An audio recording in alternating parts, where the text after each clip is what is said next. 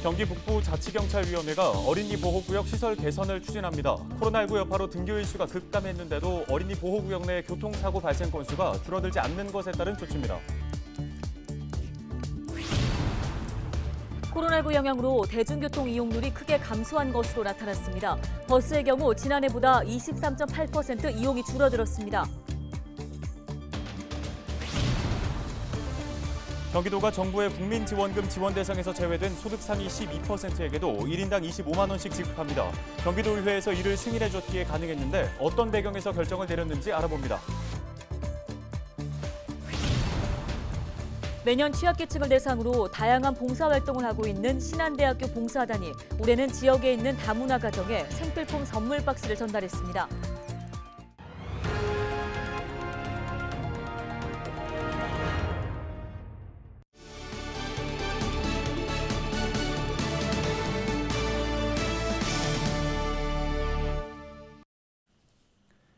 시청자 여러분 안녕하십니까? 헬로티비 뉴스입니다.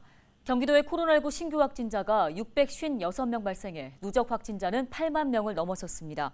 시군별로는 화성시가 61명으로 가장 많고 의정부 25명, 동두천 21명, 양주 15명, 포천 10명, 연천 1명입니다. 치료 병상 가동률은 79.6%로 전날보다 1.5%포인트 늘었으며 중증 환자 병상은 112개가 남아 52%가 가동 중입니다. 생활치료센터 11곳의 가동률은 73.1%를 기록했습니다. 코로나19 영향으로 대중교통 이용률이 크게 감소한 것으로 나타났습니다. 경기연구원이 조사한 자료를 보면 지난해 1월에서 8월 사이 버스 이용 건수는 전년 같은 기간에 비해 23.8% 줄었습니다. 특히 3월 버스 이용 건수는 전년 같은 기간에 비해 41.4%나 감소했는데요. 일일 통행량의 16%를 차지하는 출근 통행량의 경우 역시 지난해 3월은 1월에 비해 34% 감소했고 8월 역시 15.3% 줄어들었습니다. 경기 북부자치경찰위원회가 어린이 보호구역 시설 개선을 추진합니다. 이는 코로나19 여파로 등교 일수가 급감했음에도 어린이 보호구역 내의 교통사고 발생 건수가 줄어들지 않은 것에 따른 조치입니다. 위원회는 경기 북부경찰청과 지자체 등과 함께 다음 달 13일까지 개선 대상 시설을 선정하고 연말까지 시설 개선을 완료한다는 계획입니다. 또 도로 구조 개선이 필요하거나 예산이 많이 들 경우 장기 과제로 선정해 예산 확보를 추진한다는 방침입니다. 의정부시가 추석 명절을 맞아 연휴 종합 대책을 추진합니다. 이를 위해 시는 연휴 기간 행정 공백으로 인한 시민의 불편을 최소화하기 위해 오늘 18일부터 22일까지 종합 상황실을 운영할 계획입니다. 또 연휴 기간 응급 환자 발생에 대비해 의료기관 4곳과 병의원 50곳을 운영하기로 했습니다. 특히 코로나19 지역 확산을 막기 위해 직원 460명을 투입해 상황 발생 시에 신속하게 대응한다는 방침입니다. 연천군이 추석 연휴인 18일에서 22일까지 비상진료 대책 상황실을 운영합니다. 연천군 보건의료원은 응급실을 24시간 운영하며 응급 환자 진료가 가능하도록 비상진료 체계를 유지합니다. 휴일 지킴이 약국은 오후 10시부터 오전 1시까지로 공공심야 약국도 운영하는데요. 추석 연휴 비상진료 기관과 휴일 지킴이 약국 안내는 보건소 홈페이지를 통해서 확인 가능합니다.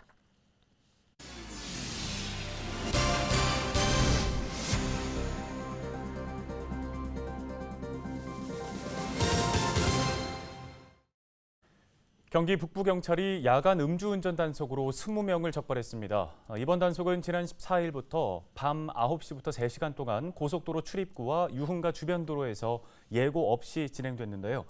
적발된 운전자 가운데 운전면허 취소 수치인 혈중 알코올 농도 0.08% 이상은 10명, 면허 정지 수치인 0.03% 이상 0.08% 미만은 10명으로 나타났습니다. 경찰은 추석 연휴 기간 음주 사고 예방을 위해 음주 단속을 지속적으로 펼치겠다고 밝혔습니다. 이재명 경기도지사가 공식 발표한 전도민 재난지원금이 경기도의회 문턱을 넘어 전도민 재난지원금 25만 원이 실현됐습니다. 이 사안을 두고 그동안 경기도의회 내 고민과 충돌이 극심했는데요. 네, 경기도의회 예산결산특별위원회 부위원장이신 박태희 의원을 연결해 관련 이야기 나눠보겠습니다. 의원님 안녕하십니까? 네, 안녕하세요. 박태현입니다. 예, 자, 전도민 재난지원금 지급 관련해 일단 1차 관문인 안행희 시민은 우여곡절 끝에 통과가 됐지만 2차 관문 예결위에서 찬반이 굉장히 팽팽하게 대립했던 것으로 알고 있습니다. 어떤 의견들이 나왔습니까? 일단은 이제 그 정부에서 88% 국민을 대상으로만 이제 지급하기로 결정을 하고 12%에 해당되는 국민은 지급 대상에서 이제 제외가 돼 있었잖아요. 네, 그중 12%에 해당되는 그 국민 중에서 경기도민은 전체 그 경기도민 중에 한 18%가 이게 국민상생지원금의 대상에서 제외가 됐어요. 그렇다 보니까 그 부분에 대해서 일부 그 의원님들께서는 전 도민 대상으로 지원을 해야 된다라는 입장이 좀 있으셨고, 또 일부 의원님들은 이 18%에 해당되는 그 도민들이 고소득층이나 아니면은 재산이 많은 부자 분들이 대부분이다. 그런 분들한테 이 재난지원금을 주기보다는 좀 더 어려운 자영업자분들이나 저소득층자분들한테 좀 촘촘하게 줘야 되는 게 맞는 게 아니냐라는 좀 그런 의견들이 좀 있었거든요. 근데 뭐 지금 최근에 우리 국민상생지원금에 대해서 많은 이의 제기가 지금 발생하고 있잖아요. 네, 이런 부분들을 보면 우리가 생각하는 만큼 그 도민의 18%에 해당되는 그 대상에서 제외된 분들이 그렇게 부자인 분들은 좀 아니에요. 이분들도 같은 어려운 이 코로나 그 상황을 겪고 있고, 또 이분들이 또 제외됨으로써의 또 소외감을 또 유발할 수 있는 부분이어서 이런 부분들은 좀 우리가 미연에 방지를 해야 된다. 그래서 전 도민을 대상으로 국민지원금이 지급이 돼야 된다라는 경기도의 다수의 의원님들이 좀 있으셔 갖고 이번에 뭐 예결위도 뭐 물론 진통은 있었지만 그래도 무난히 잘 통과가 됐습니다. 그래서 대부분의 경기도 의원님들께서 전 도민에게 지급이 돼야 된다는 의견들이 이번에 참 많았습니다. 네. 네, 경기도의 이번 결정으로 앞으로 어떤 효과가 있을지 주목됩니다. 또 재난지원금에서 탈락했던 경기도민들 이번에 받게 되면서 반가우실 듯한데요. 반응은 어떻습니까? 아, 네. 일단 뭐 이게 그 저희가 예결위 통과되고 본회의가 어제 통과됨으로써 일단 전 도민들 대상으로 국민상생지원금과 경기도 기본소득 그 재난기본소득이 일단 지급이 됩니다. 그래서 모든 경기도민들께서 25만 원씩 1인당 25만 원씩 지급을 받게 돼 있는데요. 뭐 액수를 떠나서 뭐 경기도민으로서의 자긍심을 느낄 수 있다는 분도 있으셨고, 또 액수가 중요한 게 아니고 국민 모두가 힘들고 어려운 시기를 겪고 있는 상황에서 소외감을 느꼈는데 이번 지급 발표로 참 다행이다라는 또 말씀을 하셨습니다. 또한 이게 지역 화폐로 지급되는 것이어서요. 일단 뭐 한 6천억이 넘는 금액이 경기도 골목 상권에 좀 흘러들어감으로써의 지역 경제 활성화나 여러 분야 쪽에서 어느 정도 좀 도움이 될 것으로 보고 있고요.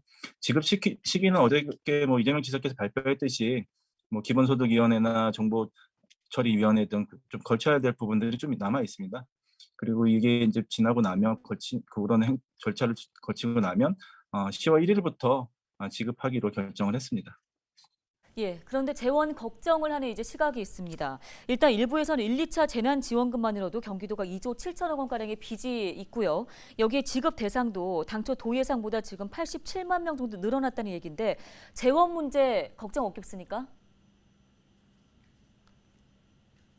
일단 이번에 그 재원 조달에 있어서는요. 일단 경기도가 저희가 생각했던 만큼 올해 한 1조 7천억 정도의 그 세수가 좀 늘어났습니다. 그렇기 때문에 그 늘어난 세수를 갖고 18%에 해당하는 도민들한테 지급되는 만큼 세수 재원에 큰 문제는 없어 보이고요. 또 일단 당초 저희가 추정했던 12%에 해당됐던 분들이 일단 18% 늘어나는 부분은 처음에 정부에서 했을 당시에 정확한 데이터를 저희한테 주지 않았어요.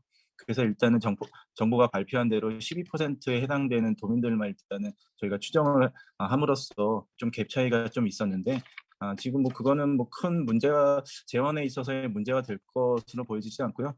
일단은 뭐 세수가 충분하게 늘어난 만큼 이 늘어난 재원을 갖고 도민들한테 드리는 거기 때문에 재원에 있어서의 좀 문제는 없어 보입니다.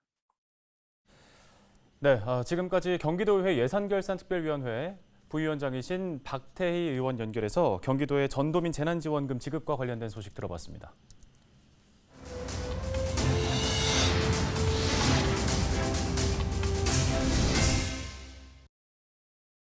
다음 소식입니다. 매년 취약계층을 대상으로 다양한 봉사활동을 하고 있는 신한대학교 봉사단이 올해는 지역에 있는 다문화 가정을 도왔습니다. 네, 코로나19로 나눔이 부쩍 줄어든 이때 봉사단의 선물은 이민자들에게 감동을 안겨줬습니다. 이지훈 기자입니다.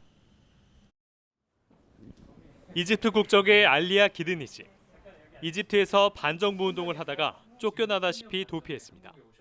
우리나라에 온 지 3년 반째. 이집트에서 변호사로 활동했던 남편이 일용직으로 돈벌이를 하고 있지만 생계는 늘 빠듯합니다. 남편 나이가 53 때문에 공장 일자리 찾으면 안 돼요. 오늘은 알리아 씨 집에 손님이 찾아왔습니다. 상자엔 선물이 한가득 담겨 있습니다. 김 아셔요? 네네네, 김 알아요. 당신들 때문에 감사합니다. 저는 한국에서 좋아요. 신한대학교 교직원 나눔 봉사단은 올해 다문화 가정 쉬운 곳에 생필품 선물 박스를 전달했습니다. 코로나19 대유행기, 봉사활동에도 여러 제약이 따랐지만 나눔은 중단하지 않았습니다. 특히 다문화 같은 경우에는 가고 싶어도 가지 못하고 만나고 싶어도 만나지 못하는 곳에 조그만 위로가 될 수 있고 조그만 같이 감사를 나눌 수 있는 그런 시간 될 수 있도록 우리가 한번 노력할 겁니다. 신한대 교직원 봉사단은 지난 2017년부터 지역에 있는 다문화 가정 등 취약계층을 돕는 활동을 이어가고 있습니다. 코로나19의 길고 어두운 터널을 지나가는 이때 주변의 어려운 이웃들을 돌보는 배려가 희망의 싹을 틔우고 있습니다. 헬로티비 뉴스 이지훈입니다.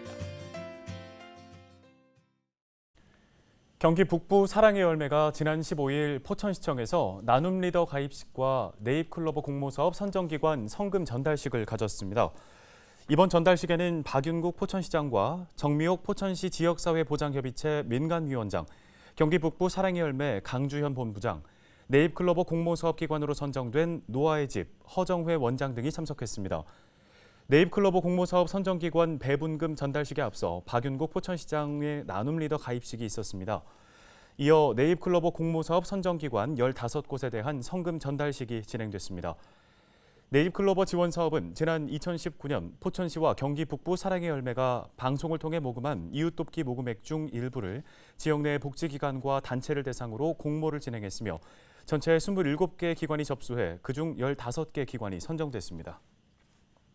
사랑 나눔 공동 모금에서 저를 이제 1호로 선정했다라는 것은 앞으로도 더 우리 주변에 어렵고 힘든 사람들을 또 돕고 또 같이 협력하면서 이 파트너가 되기 위해서 1호로 선정을 한 것은 상당히 의미가 있을 것 같습니다. 더 열심히 또 봉사할 수 있는 기회가 되는 게 아마 이번에 1호로 선정되지 않았나 이렇게 생각을 하고 있습니다.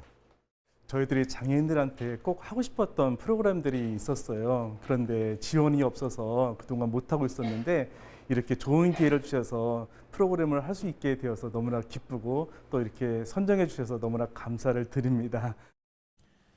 양주 한국병원이 코로나19로부터 직원과 환자를 보호하기 위해 공기순환 설비에 항바이러스 필터를 설치했습니다.